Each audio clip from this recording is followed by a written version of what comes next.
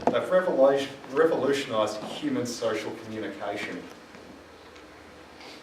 In discussing image tonight, we're going to discuss the history of communication.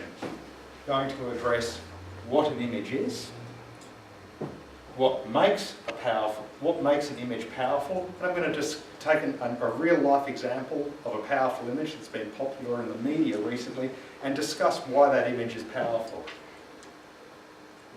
In the history in human history, we're about 10,000 years since the dawn of civilization. Most of that time, communication has been oral.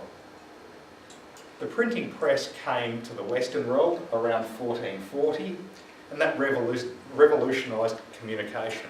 For the first time, common people were able to own a book. Before that time, books were handwritten, they were expensive, they were very rare. The advent of the printing press opened books up to the common people. That lasted several hundred years till the image, or the still image was invented. Now the first still image was 1826 with a number of advances very quickly after that. The first moving image was in 1888 with a number of advances very quickly after that again. Now the image has been incredibly powerful. Now I'll ask the question, what is an image? Put very simply, an image is just a picture. It has no inherent power. It's got no inherent meaning. However, in our culture, it's used as a tool to elicit a specific planned reaction from people. So, when using an image, I'm sure in the advent of mobile phones, the smartphone, everyone's got one. We're pretty quick on the take the photo mark. I know I am. I've got thousands, probably tens of thousands of useless photos. So what makes an image powerful? What differentiates I'll be honest, the rubbish that's on my phone with some of the more powerful images that I'm about to show later on in my presentation? The first of those is authenticity. The second is the photo must be relevant to the culture. The third is sensory currency, and the fourth is that you must include one of 12 classic storytelling archetypes. Now, for the authenticity of an image, what is authentic changes over time. In the past it changed rather slowly, presently it changes very, very quickly. In this particular image, the people I got my information from, they sell stock photos that you've probably seen, or no doubt seen in the newspaper. What they've tried to do here is to take a candid image of somebody in real life with no idea that her photo's been taken. When you look at this image, it's believable. You can accept that you're seeing something that's actually happened, you're just taking a candid image.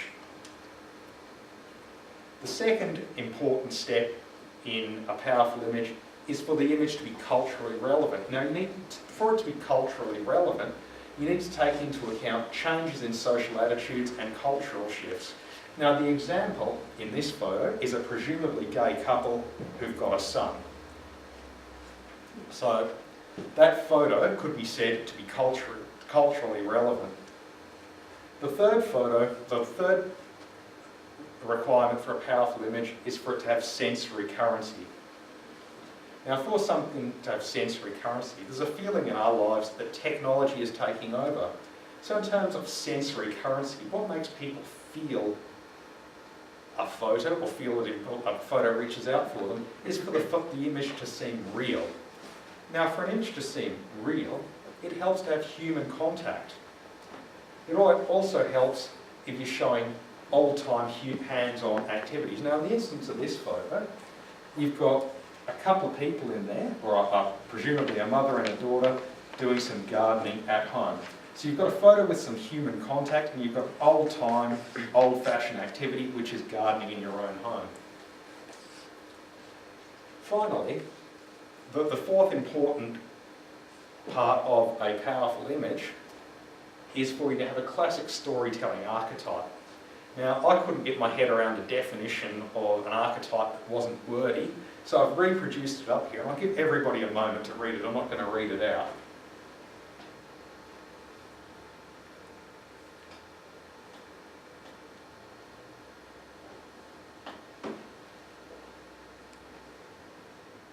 Now, in this particular image, what's being used is the caregiver archetype.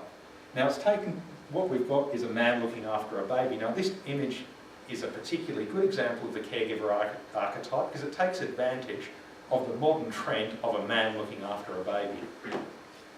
Now next, I'm going to move to an image, a powerful image that's been in the media recently, and talk about why it's powerful. Now the first part of a powerful image is authenticity. It's a picture of a real and simple moment. You know what's going on from looking at that photo. Second, it's culturally relevant to a Western audience. Around the Western world, we've got a huge debate going on about asylum seekers at the moment.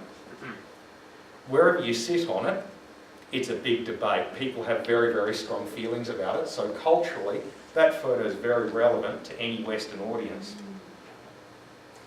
Now, that photo has sensory currency because it's focused on a human story. You're focusing on the tragedy of that boy and the tragedy of his family. You're taking away from whatever you feel about refugees and you're focusing on tragedy. And finally, it's using the classic storytelling archetype of innocence. That little boy's innocence. He had no place in himself being there. He had no say, he had no power, he had no control. The combination of those four things leaves us with a very powerful image that I'm sure that everybody here recognises. Communication in our society is developed in three ways: orally, textually, and finally and most powerfully, visually. Now, humans respond best to visual methods of communication. You want to sell something, you want to change, you want to motivate, an image is best. Images are a very, very powerful method of communication.